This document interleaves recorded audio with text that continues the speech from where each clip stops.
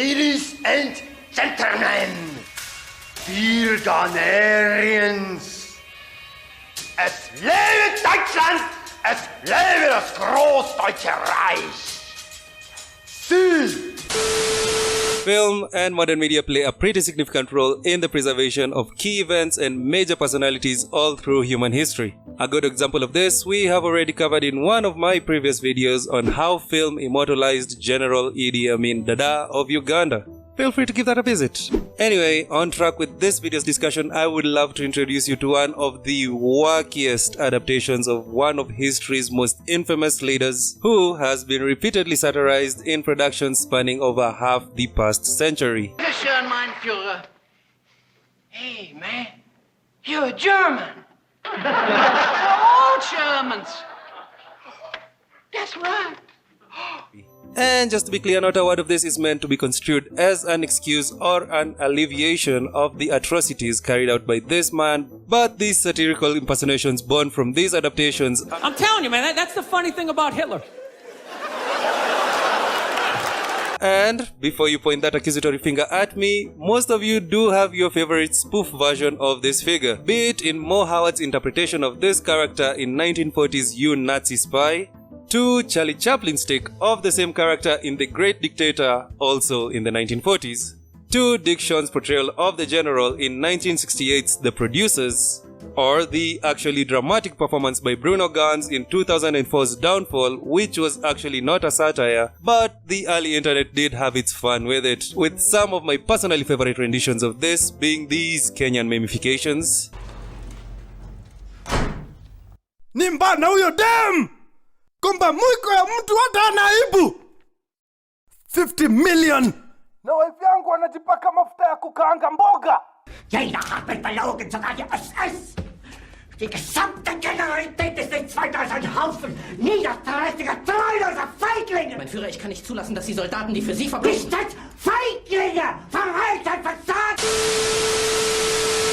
From Helga Schneider's performance as the General in 2007's Mein Führer, to the downright bonkers and quite literal imagination of this character by Taika Waititi in 2019's Jojo Rabbit. People used to say a lot of nasty things about me. Oh, this guy's a lunatic. Oh, look at that psycho. He's gonna get us all killed.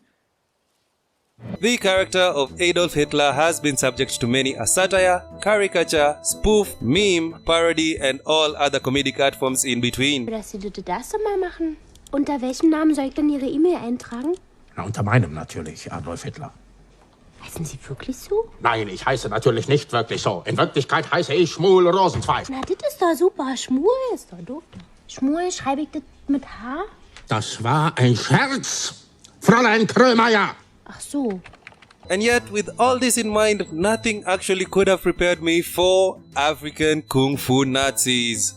Oh no, you heard that perfectly right. This is the title of a movie that actually exists. But before getting further into the video, please make sure that you have subscribed to the channel for more African entertainment reviews. So, back to it. This is the kind of movie where when you hear the title, you know exactly what you're getting yourself into. But just so it's clear that we are on the same page, I will walk you through this title and we shall actually walk through it backwards, starting with Nazis. Yes, this is the story of Adolf Hitler retreating to the Golden Coast of Africa after losing in the World War. And this is Hitler we're talking about. He is not here to lick his wounds, he is here to rebuild his power. Thus, with some help from his principal collaborator Hideki Tojo and his right-hand man Horstman Göring, as well as a mystical flag that gives you the powers of being, well, white, they begin their mission to recruit and rebuild the general's militia, greater than the Third Reich, this time known as the Ghanarians, who are Ghanaians with white face. The jury is still out on how offensive this might be. Which brings us to the next word in our title, Kung Fu, as this militia is less interested in the arms race and more interested in throwing hands, of which the use of the term Kung Fu in the title might prove to be a bit confusing, seeing that everybody in the actual movie is practicing karate. Except for that one time they introduced a luchadore, but we shall get to the luchadore. Finally, leaving us with the word African from the title, which by this point you already know why it is in the title. Of course, just from hearing a taste of the premise of this movie, let alone actually watching this masterpiece, you have to ask the principal question: To whom do we owe our gratitude for this great body of work? Well, that would be writer-director-producer Sebastian Stein, who details the creative process for coming up with this movie as... The idea was pretty simple.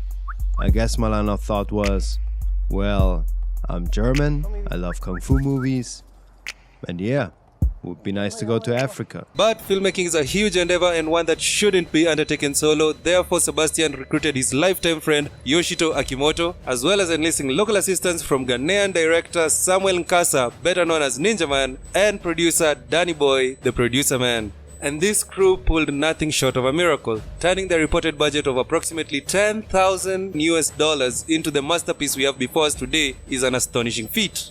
Where on such a budget the quality of the special effects could be excused and even understood, most of the other technical aspects of filmmaking were actually pretty solid. The script and acting were very campy in various spots, but this seemed to be very intentional in adding to the value of the satire, with the cinematography and editing staying true to the styles of earlier martial arts films. And on that note, let's talk about the martial arts. The action and stunts in this movie are actually pretty impressive, considering that most of the actors, if not all, are not actually martial arts practitioners. In fact, in behind-the-scenes footage provided within a documentary on the making of this movie, which is available on YouTube, mind you, you can see the actors undergoing training for their martial arts scenes as well as choreography for their stunt work. And within the movie itself, martial arts traditions from films past is kept intact, with tropes such as the talented yet rowdy disciple, the journey of training under various martial arts masters, and of course tributes to martial arts films of old, with one of my absolute favorites of the drunken master in what I have come to call Changa Fu, that unlocked an entirely new level of entertainment in my heart. And for a low-budget movie that is clearly on the lower spectrum of film quality, I still really enjoyed this movie.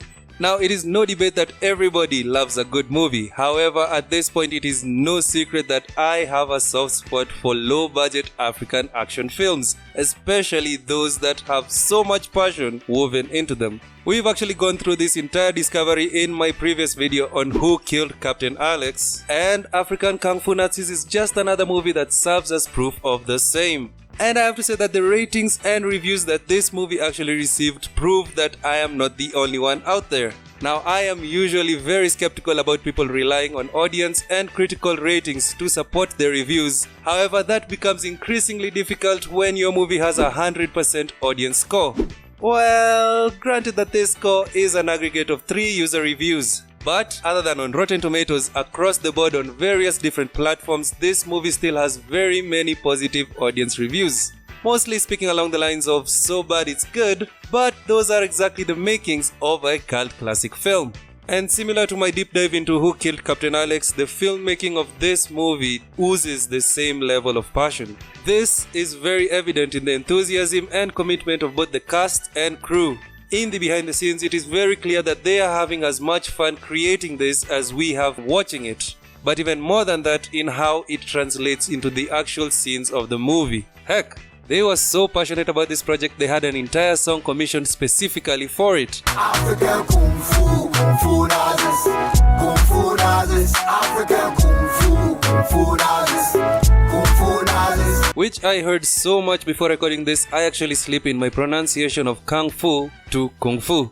Another thing that stands out as very admirable is the level of dedication that Stein had to his roles, not only as writer and director, but also as an actor in various scenes. Not only was he Adolf, but remember that luchador we mentioned earlier? That was also him.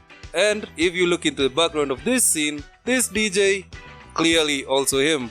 Even following up on reports from the locals, it is very clear that he was very respectful of their ideas on how to make this film better, as well as the Ghanaians' traditions and general film and business practice. They are all friendly, like we do everything together, we crack jokes together, like we share ideas, plans together. That shows that we are all the same, we are all human beings. And it is exactly in these aspects that such an out-there ideology actually still feels so grounded as a film, and what turns what would usually be very ridiculous into something quite charming. The filmmaking industry is already chock full of cautionary tales. So the very fact that a filmmaking partnership actually produced and released a movie about Adolf Hitler, Hideki Tojo and Göring being brought down by a single martial artist out for revenge after losing a battle tournament that they themselves hosted, complete with martial arts references and film tributes as well as Mortal Kombat style fatalities. Finish him! Fatality. All in the setting of an African village is nothing short of, well, simply amazing. Anyway, let me know if you've watched this movie and what you thought about it. Feel free to recommend any other movie that you would like to see featured on this channel. Karate chop that like button and elbow drop that subscribe if you want to join the African Entertainment Reviews Dojo. And that's about it from me. It's been your soon-to-be favorite uncle, your master, your sensei, Uncle Omari, and I can't wait to see you all in the next one.